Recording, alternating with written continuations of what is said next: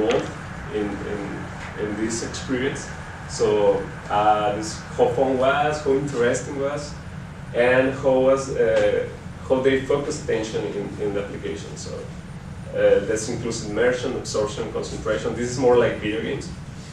And how new, how novelty is this experience, and how much curiosity they were portraying in the interaction, and how easy or usable, affective, or cognitive responses had, as we measured before. So this attribute is already measured. And because it's a lot of theoretical, I tagged, since my criteria and my analysis, how strong was these attributes were, how can I say, how well were impacted by the application. So this is a flow based on e-commerce, but it has a relationship between the novelty, involvement, usability, and durability. So the novelty was the stronger affected because it was something new. They never interact with gamified experience. So this is a really strong attribute for engagement. If you see something new, you get curious about it. And they were feeling involved because they are familiarized with games, because all of them were gamers and they know what it's about to be a game or to interact with the game. And the usability was positively affected, but not as strong because lacks of interactivity. And they comment that they would like to play again this, or to use again for future courses. Well, my conclusions. The key design point of this application was to take the advantage of Google Classroom, so that saves a lot of time, and this opens up a lot of possibilities to develop a better application.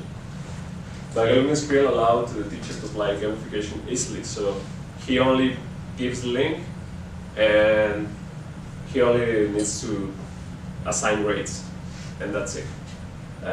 They only see, if the student wants to see their progress, they log in with the same account of the Google Classroom, and they can see it. This is a more appealing progression for students, so they were, when the students were more persistent and participative. That means that when they saw a silver badge, they asked if they could try again to get a better grade, a better badge. So that is a motivation to make more work in a subject that was really not that appealing, like history of music, that, as the teacher commented me, the got attention of the novelty and usability. So, but no, it wasn't beyond. It was more. It wasn't interactive. It wasn't like. It still lacks of some of interactivity to make more appealing the application. And they enjoy the course. That's a good thing, because it was a theoretical course. And the students would like to use Portalen for the future courses. It's a good thing as well. Discussions. Well, this is an additional finding when I was measuring which were the most attractive game elements. The badges were the most liked game elements. That supports a previous research about this combination of gamification and ADHD. Why? Because the students with ADHD has a lot of sensitivity to reward. So the badges is a pretty well designed reward system. So they respond immediately to reward. So I think that contributes a little bit about this kind of game element in gamification. What were the limitations? Well, the teacher lacks of experience of Google Classroom and gamification, so that implies that the missions were called like lesson 1 instead to naming the lessons like missions. So it was something that reminds you that you are in a school or you are making a lesson, like traditional lesson. The teacher didn't change the default grade, so it was always 100, 100, 100. So this reminds you as well that you are in a grade, traditional grade. So you could change, okay, this activity is 50 points or 150 points, or you can change or play with that. So the point system was, well, not good design, because it was only a sum of all the grades, and that's it. It doesn't have levels, it doesn't have any kind of reward in the design. The challenge and the trivias were not used at all during the course, because it was a really short course. So it was only missions, missions, missions. It wasn't any optional activity to see if the students were making extra work, only because they will get a badge or they will get points. The application was only logged in during the class. So no homework, I don't need to, no grades, no badge, I don't need to log in the application.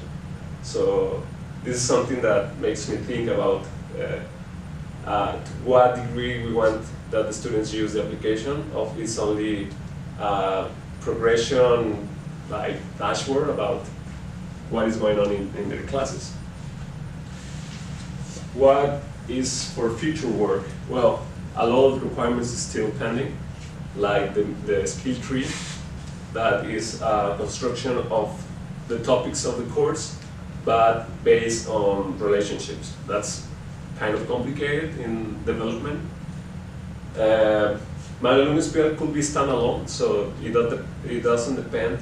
Using the API of Google, you can use MyAlumniSphere to submit your own assignments without the necessity to go to classrooms. So you can use only the MyAlumniSphere.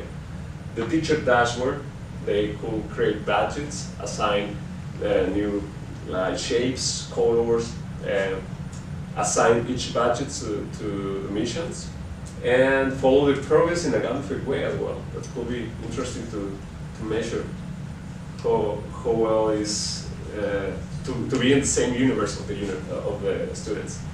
And we need to make more researches with more students and longer implementation to see how the novelty change when the gamification stops to be something novel. If the effects are long term, that's something interesting to research. And this is important. Avoid breaking the simplicity of use, because this could be a risk that if this is so complicated for the students, could be like abandoned. I prefer to work in Google Classroom. Thank you.